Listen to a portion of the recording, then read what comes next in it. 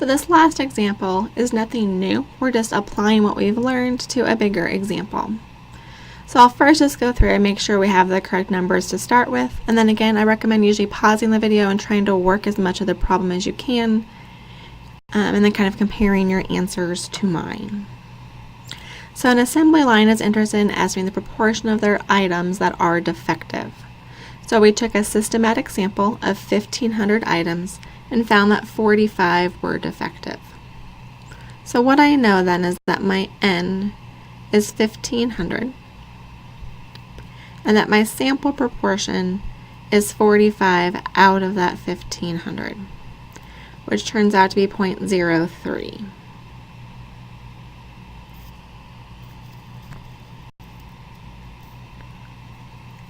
And hopefully it makes sense that proportion we want to be actually a pretty small number, so I'm not really panicking that we got such a small number here, because this is our percentage of the items that are defective, so we don't want that to be very large. All right, part A is asking you to do a confidence interval, so that's going through all those 4 steps. And I'm also going to show you how to do that in StatCrunch, so you can kind of verify that you're doing the math correctly, but you will still be expected to be able to do it by hand, so make sure you can do it by hand.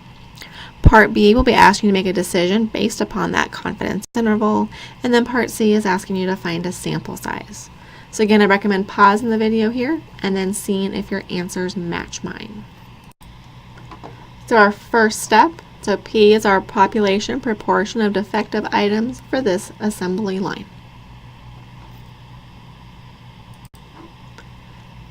Checking my conditions, we did a systematic sample, which means I probably pulled off like every 15th or 20th item off the assembly line for so long. So from that, it doesn't look like there's any known bias from what I've gathered from that. My N times my P hat in this example is just how many of the items were defective, which was 45. And our N times 1 minus P hat then were how many items were not defective. So the other 1,455. Both of those numbers are at least 10, so my conditions are met. Alright, so first, just plugging numbers into my formula. So based upon that 99% confidence, I got a Z of 2.576 from using our little chart here. My P hat was 0.03, and my N was 1,500. So here's my first part, just looking at plugging all of the numbers in. Then carrying out my math, my final answer was this 0.018654 to 0.041346, which turns out to be about 1.8654% to 4.1346%. Right, finally is the interpretation. So then we are 99% confident that between our 1.8654% and 4.1346% of items on this assembly line are defective. Alright, so for part B, does that mean that we could say that the proportion of defective items is less than 4%?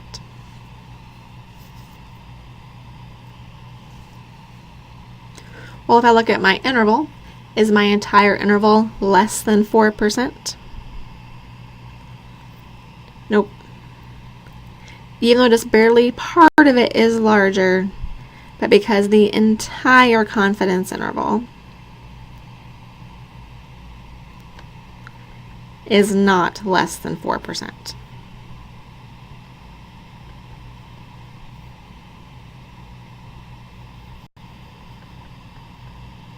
So I cannot say that it's less than 4% of items are defective. All right, finally, try part C on your own and then see if we agree.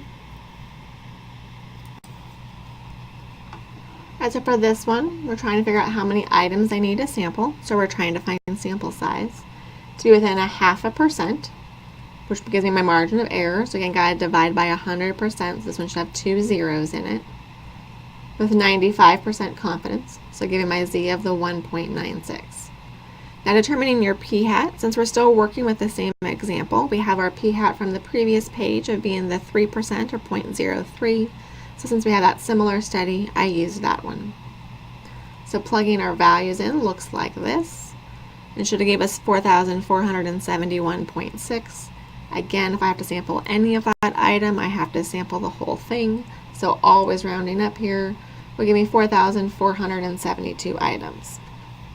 On this one, if you would have used a p-hat of 0.5, you would have needed to sample 38,416 items, which is a lot more than our 4,472. So it can make a very, very substantial difference on what you use for your p-hat. So again, if we have something to use, we prefer to use it over the 0.5. Last here, I just wanted to show you how to use StatCrunch to help you verify your calculation that we did here for our confidence interval. The directions are here in the notes. So we're going to go to StatCrunch. I'm going to open my window. And then as it says, I'm going to go to Stat, Proportions, One Sample with Summary. So Stat, Proportions, One Sample with Summary. Now the values that we're going to enter here are going to be your values, the number of successes and the number of observations are your two values that create your p-hat. So the top is your number of successes and the bottom is your number of observations. So we're going to be putting in the 45 out of the 1,500. Next, we're going to click that confidence interval button. It defaults to having this one clicked, so we want to click that one instead. And then we want to put in our desired confidence, but in decimal form. So we were asked to be 99% confident on this example. So I'm going to change this then to be 0.99. And then at that point, we can just click compute. And so here is the results that we get. In your notes, I just rounded some of these numbers. So here's the p-hat.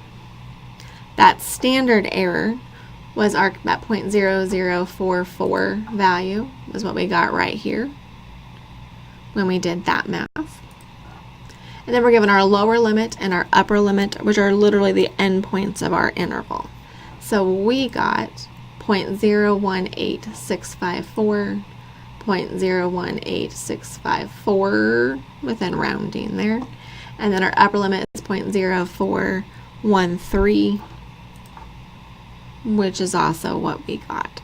So again, it's just a way of sort of checking to make sure you're doing the math correctly, but you will be expected to be able to do it by hand and not have access to StatCrunch. So again, just use it for verification purposes. So hopefully you feel comfortable after learning this module about confidence intervals.